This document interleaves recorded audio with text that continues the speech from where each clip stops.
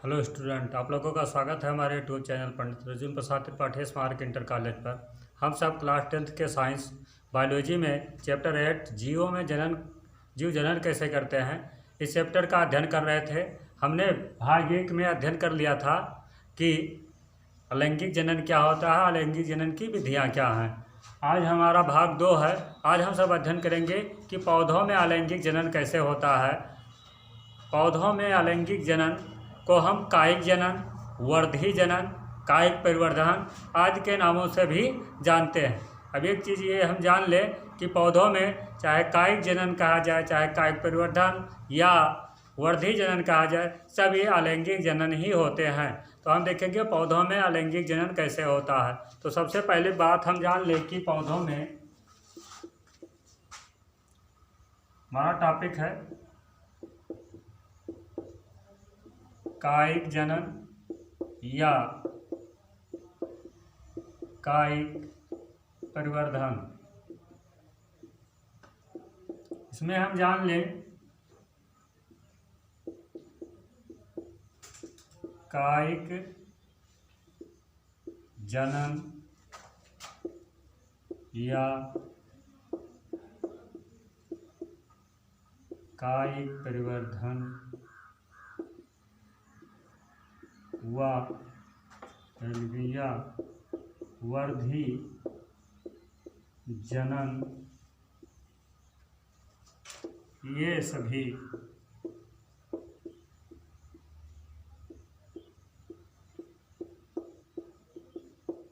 अलैंगिक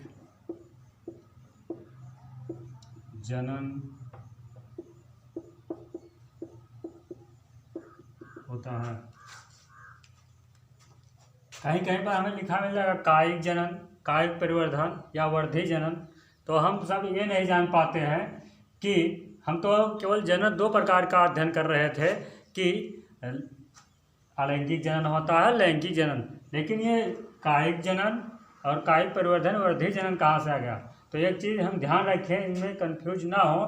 कायिक जनन या कायिक परिवर्धन या वर्धी जनन जो कुछ भी कहें, ये सब होता है हमारा अलैंगिक जनन ही होता है। ये सब अलैंगिक जनन ही हैं।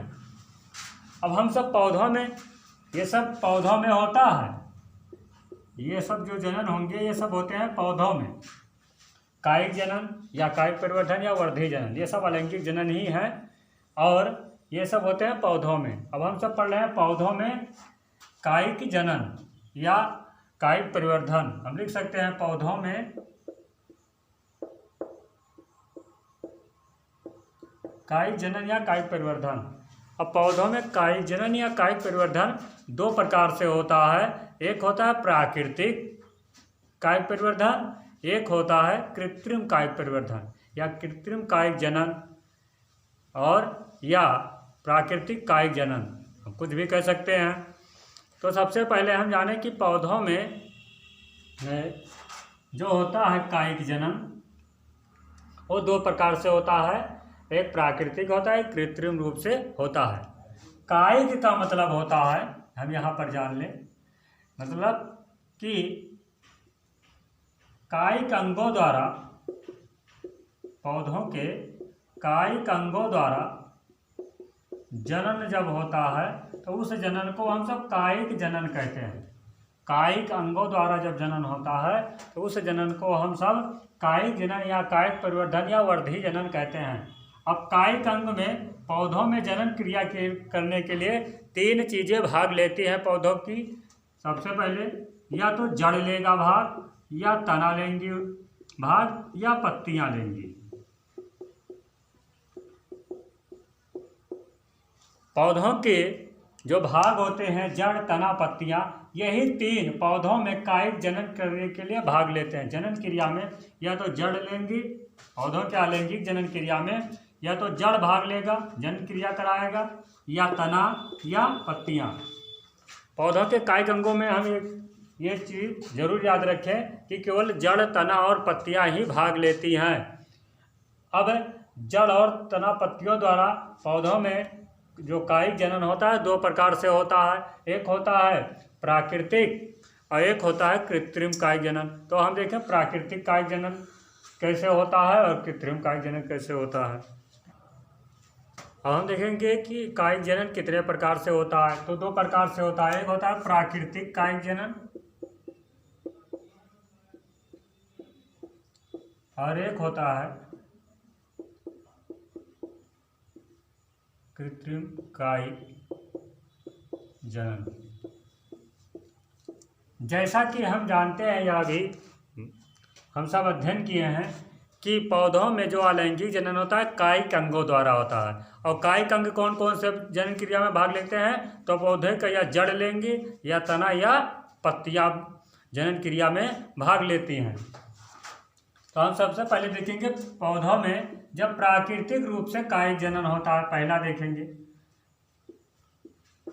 पौधों में प्राकृतिक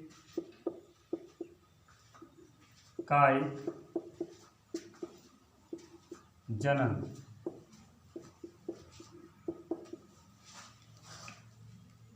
प्राकृतिक कायिक जनन में क्या होता है, जब पेड़ पौधे में जड़ या तना या पत्तियों द्वारा स्वतः ही नए पौधे उत्पन्न हो जाते हैं, तो इस जनन को ये हम सब प्राकृतिक कायिक जनन कह सकते हैं। हम जानते हैं कि जनन क्रिया में अलैंगिक जनन क्रिया में पौधे के 3 अंग भाग लेते हैं, जड़ द्वारा या तना द्वारा या पत्तियों द्वारा।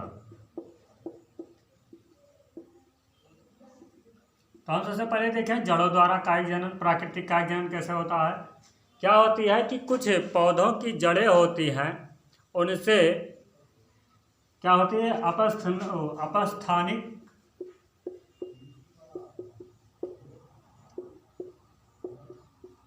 कलिकाएं पाई जाती हैं।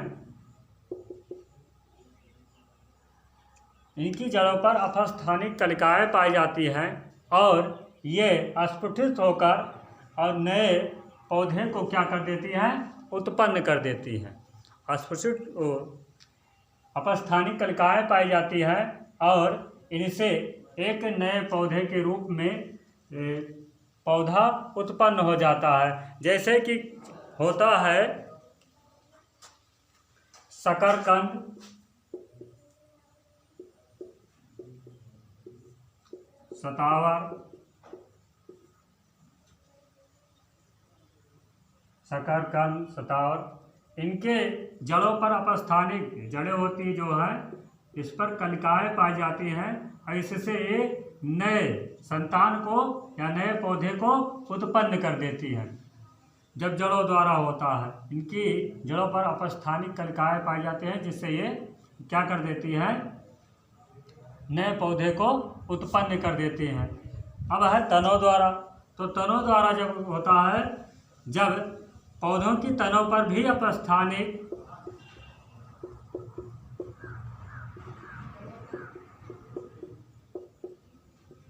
कलिकाएं पाई जाती हैं, अपस्थानिक कलिकाएं पाई जाती हैं, अपस्थानिक कलिकाएं पाई जाती हैं और इससे ये जब अनुकूल वातावरण होगा, चाहे जड़ों द्वारा हो चाहे तनों द्वारा, यह अनुकूल वातावरण को पाकर नए पौधे को उत्पन्न कर देती है। जैसे हम सब करते हैं गन्ने की बुआई, तो ये तो हमारा कृत्रिम हो गया, हम स्वतः करते हैं। जब प्राकृतिक रूप से और भी बहुत से पौधे हैं जो प्राकृतिक रूप से तनों द्वारा ऐसे इनकी तने होती है, इस पर यह अपस्थानिक कलिकाएं पाई जाती हैं और इससे स्फुटित होकर नए पौधे को उत्पन्न कर देती हैं। तो ऐसे जनन को प्राकृतिक कायिक जनन जो तनों द्वारा होता है, उन्हें अपस्थानिक कलिकाएं पाई जाती है, वो अनुकूल वातावरण के अनुसार स्फुटित होकर ये कलिकाएं नए पौधे को उत्पन्न कर देती हैं। अब होता है पत्तियों द्वारा। तो पत्तियों पर जो होता है पर्ण पाए जाते हैं, इन्हीं पर्ण पर कलिकाएं पाई जाती हैं और ये कलिकाएं क्या होती है, अनुकूल वातावरण पाकर नए पौधे को उत्पन्न कर देती हैं, नए पौधे को उत्पन्न कर देती हैं। जैसे है एग्जाम्पल इसका देख ले, तो है फिल्लम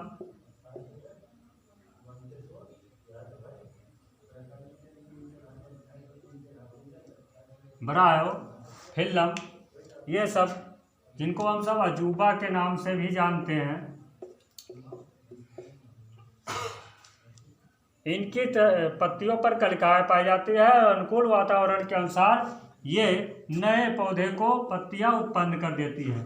तो हम जानें कि प्राकृतिक कायिक जनन में केवल पौधे के 3 अंग भाग लेते हैं जनन क्रिया में, अलैंगिक जनन क्रिया में।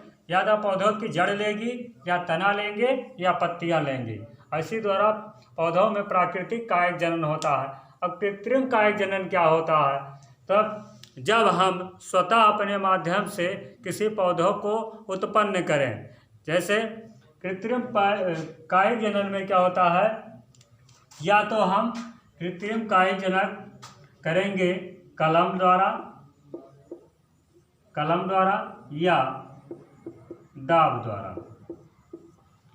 जब हमें किसी नए पौधे को उत्पन्न करता होगा, यानी आर्टिफिशियल रिप्रोडक्शन करना होगा, तो क्या करते हैं कि मान लीजिए कोई पौधा है, उसके हम तने को काट लेते हैं और उसके दोनों किनारे को हम निकुला बना देते हैं और फिर क्या करते हैं, इसको मिट्टी में रोपण कर देते हैं।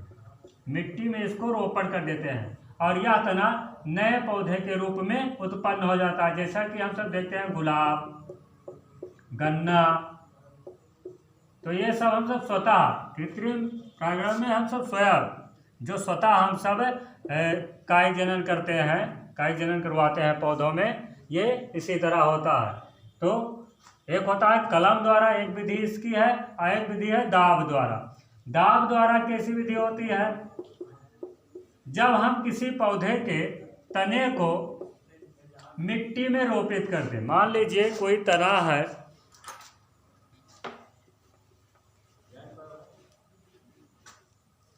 मान लीजिए कोई पौधा है,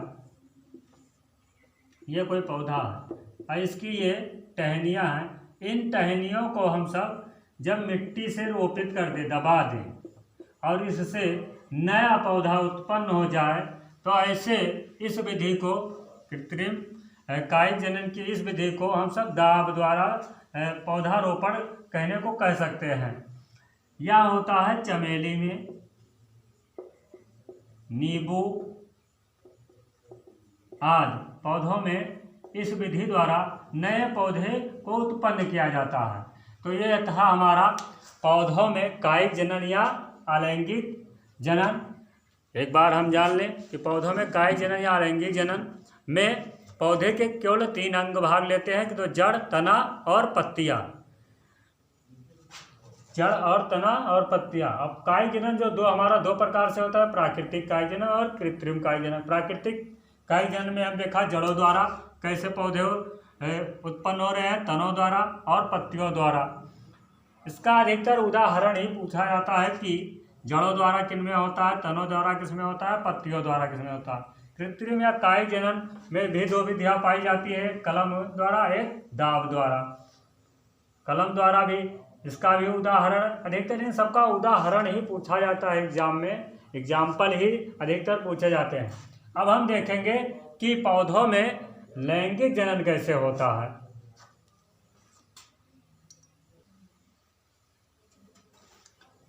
अब हम सब देख चुके कि पौधों में या जीवों में अलैंगिक जनन किन किन विधियों से होता है। अब हम सब पढ़ेंगे जनन की दूसरी विधि, लैंगिक जनन।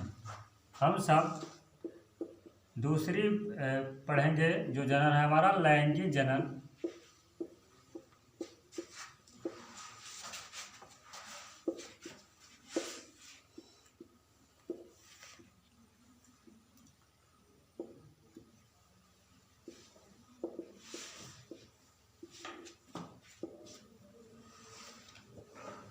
लैंगिक जनन में क्या होता है? हम जानते हैं लैंगिक जनन की परिभाषा कि वह जनन जिसमें एक समान नर मादा भाग लेते हों, इस जनन को हम सब लैंगिक जनन कहते हैं। जिस जनन में एक समान नर मादा भाग लेते हैं या एक दो जनक भाग लेते हैं। अलैंगिक जनन में एक ही जनक से नया संतान उत्पन्न हो जाता था। लेकिन अब हम पढ़ेंगे लैंगिक जनन। तो लैंगिक जनन की हम सब परिभाषा लिखे हैं, जिस जनन में एक समान नर मादा भाग लेंगे, यानी यहाँ पर दो जनक होंगे, एक नर होगा तो दूसरा मादा होगा। जब ये दोनों होंगे तब जनन क्रिया द्वारा नए संतान को उत्पन्न करेंगे। क्या होगा? नर से बनेगा नर युग्मक और मादा से बनेगा मादा युग्मक। नर युग्मक और मादा युग्मक एक स्थान पर मिलते हैं, जिनको हम सब कहते हैं युग्मनज या जाइगोट या निषेचन। फिर यही युग्मनज धीरे धीरे क्या होता है, भ्रूण का रूप लेता है और भ्रूण धीरे धीरे बड़ा होकर नया संतान बनता है।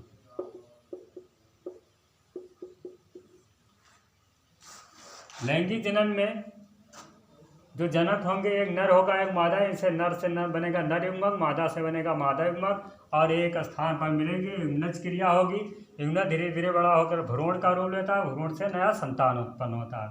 तो सबसे पहले हम सब देखें कि पौधों में लैंगिक जनन कैसे होता है, फिर हम देखेंगे कि जंतुओं में लैंगिक जनन कैसे होता है। तो हम सब सबसे पहले देखेंगे पौधों में लैंगिक जनन। अब पौधों में लैंगिक जनन कैसे होता है, तो यह चीज़ हम ध्यान रखें, केवल उन्हीं पौधों में लैंगिक जनन होता है जिन पौधों में पुष्प पाए जाते हैं। तो पुष्पी पौधों में लैंगिक जनन होता है। तो हम देखेंगे कि पुष्पी पौधों में लैंगिक जनन कैसे होता है। तो इसको जानने से पहले हम जानें कि एक पुष्प में क्या क्या चीज़ें पाई जाती हैं, उसके भागों को जानें, फिर हम उनके युग्मक कैसे बनता है, इस सबका अध्ययन करेंगे। सबसे हम पहले जानें कि एक पुष्प में क्या क्या चीज़ें पाई जाती हैं, तभी तो हम आगे उनमें जनन क्रिया करा सकते हैं या कैसे होता है जान सकेंगे। सबसे पहले हम जानें कि पौधों में पौधे जो होते हैं उनमें क्यों जिन पौधों में पुष्प पाए जाते हैं उन्हीं में लैंगिक जनन होगा। तो हम सब पहले पुष्प के बारे में जानकारी कर लें। हम सब देखेंगे पुष्पी पौधों में लैंगिक जनन। हम जान लें कि अगर पौधों में लैंगिक जनन हो रहा है तो उन्हीं पौधों में होगा जिन पौधों में पुष्प पाए जाते हैं। अब हम सब देखेंगे कि एक पुष्प में क्या क्या चीज़ें पाई जाती हैं, उसकी पुष्प की संरचना देख लें। जैसा कि हम जान लें कि पुष्प जो होते हैं जननांगों के आधार पर दो प्रकार के पुष्प पाए जाते हैं, ये चीज़ भी हम जान लें।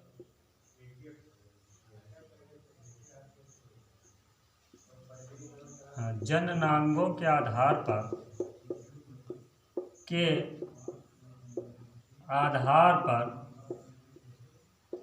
पुष्प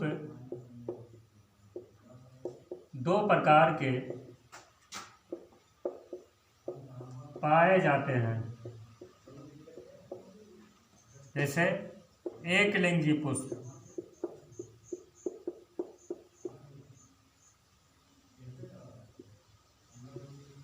एक लिंगी पुष्प और दूसरा होगा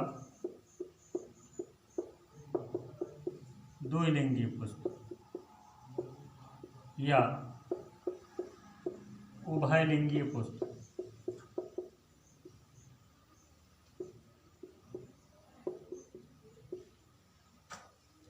एक लिंगी पुष्प क्या होते हैं? जब जिस पुष्प में नर व मादा अलग अलग पुष्प में पाए जाएं, जिन पौधों में नर व मादा अलग अलग पुष्प में पाए जाएं या पाए जाते हैं, ऐसे पौधों को हम सब एक लिंगी पुष्प कहते हैं। और द्विलिंगी या उभयलिंगी पुष्प किसे कहते हैं? जिस पौधे के पुष्प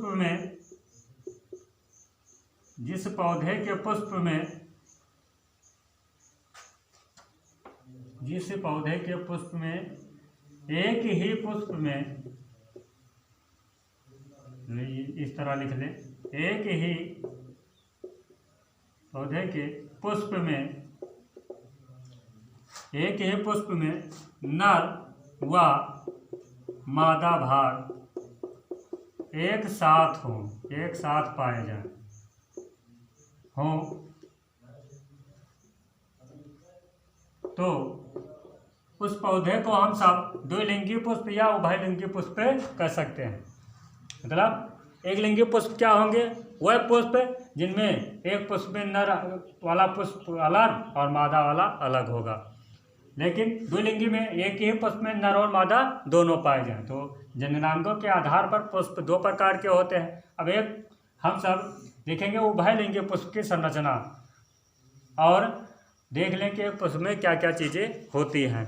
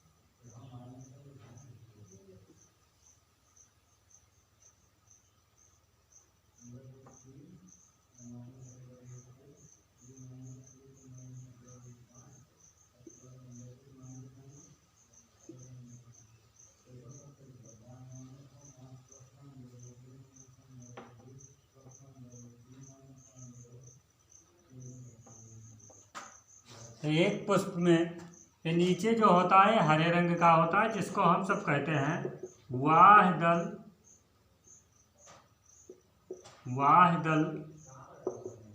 पुंज, और ये होता है, इसको कहते हैं दलपुंज। और जैसी ये डंठल ऐसी संरचनाएं पाई जाती हैं जिसको हम कहते हैं पुमंग, और इस पूरे भाग को हम सब कहते हैं जायांग। तो देखा कि एक पुष्प में मुख्य रूप से 4 चक्र हम कह सकते हैं, 4 चक्र पाए जाते हैं, वाह दलपुंज, दलपुंज, पुमंग, जायांग। अब वाह दलपुंज के एक भाग को, वाह दलों के समूह को, यानी ये तो बहुत से लगे रहेंगे वाह दलपुंज कहेंगे, लेकिन इसके एक को हम क्या कहेंगे? ये सब वाह दल है, लेकिन एक भाग को क्या कहेंगे? तो इसके एक भाग को हम सब कहेंगे वाह दल। तो हम कह सकते हैं वाह दलों के समूह को वाह दलपुंज कहते हैं। और फिर ऐसे दलपुंज के एक को क्या कहेंगे? देखो दलपुंज दोनों रंग है तो इसको हम दलपुंज कहेंगे, लेकिन इसके एक भाग को क्या कहेंगे? तो इसके एक भाग को हम सब कहेंगे दल। ऐसे पुमंग दोनों तरफ है, लेकिन एक पुमंग को हम क्या कहेंगे? इसे बहुत से पुष्प में पाए जाते हैं, पुष्पों में इनका समूह होता है, हम केवल एक यहाँ पर बनाए हैं पुमंग। अब पुमंग के एक भाग को हम सब कहते हैं पुंकेसर। अब है जायांग। जायांग के एक भाग को हमसे क्या कहेंगे? जायांग के एक भाग को हम सब कहते हैं, इसका एक भाग होगा जिसको हम सब कहेंगे स्त्री केसर। अब याद करते जाएंगे, वाह दलपुंज के एक भाग को वाह दल, दलपुंज के एक भाग को दल, पुमंग के एक भाग को पुंकेसर, और जायांग के एक भाग को स्त्री केसर कहते हैं। अब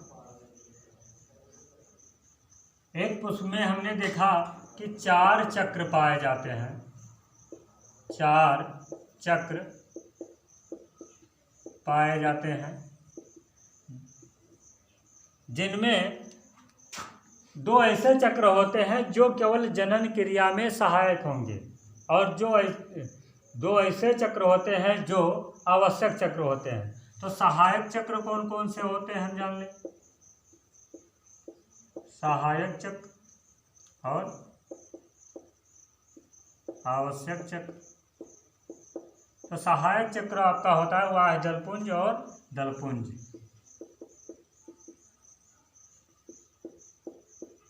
वाह्य दलपुंज और दलपुंज। आवश्यक चक्र आपके क्या होंगे? तो पुमंग और जायांग। अब आवश्यक क्या होंगे? क्योंकि जो पुमंग होता है यह पुष्प का नर भाग होता है। जायांग क्या होगा? तो जायांग जो होता है यह पुष्प का मादा भाग होता है। जैसा कि हम जानते हैं कि लैंगिक जनन पढ़ा, तो लैंगिक जनन में नर और मादा दोनों क्या होंगे? जनक की आवश्यकता होगी। तो पुष्प का नर भाग होता है पुंकेसर या पुमंग, और मादा भाग होता है जायांग या स्त्री केसर। अब पुंकेसर के कितने भाग होते हैं? तो पुंकेसर के 2 भाग होते हैं। ऊपर वाला जो ये भाग पाई जाती है, संरचना पाई जाते हैं, इसका नाम होता है परागकोश, और ये जो संरचना पाई जाती है ये होता है पुतंत्र। तो जायांग या स्त्री केसर के कितने भाग होते हैं? तो ऊपर वाला भाग ये होता है वर्तिकाग्र,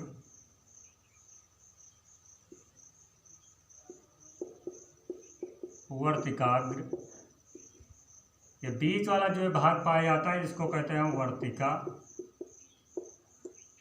और यहाँ से जो ये फूला हुआ भाग है इसको हम सब कहते हैं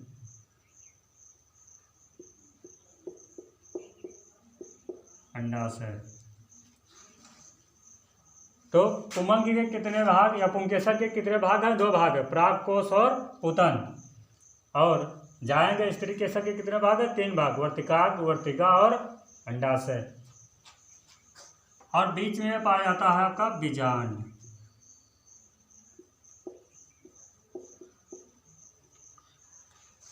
अब परागकोश के अंदर ही नर युग्मक जो होता है, नर युग्मक पराग कण, जिसका नाम है पराग कण का निर्माण होता है। और मादा युग्मक का निर्माण तो बीजांड के अंदर निर्माण होता है, जिसका मादा युग्मक का नाम है अंड कोशिका। परागकोश के अंदर ही पराग कण का निर्माण होता है और बीजांड के अंदर अंड कोशिका का निर्माण होता है। अब हम पुष्प के इन भागों को याद कर लें। याद करके अब हम सब अगले वीडियो में अध्ययन करेंगे कि परागकोश या नर युग्मक कैसे बनता है और मादा युग्मक कैसे बनता है। इसका सबका अध्ययन हम सब अगले वीडियो में करेंगे। तब तक हम सब पुष्प के भागों को याद कर लें। बस आज के लिए इतना ही।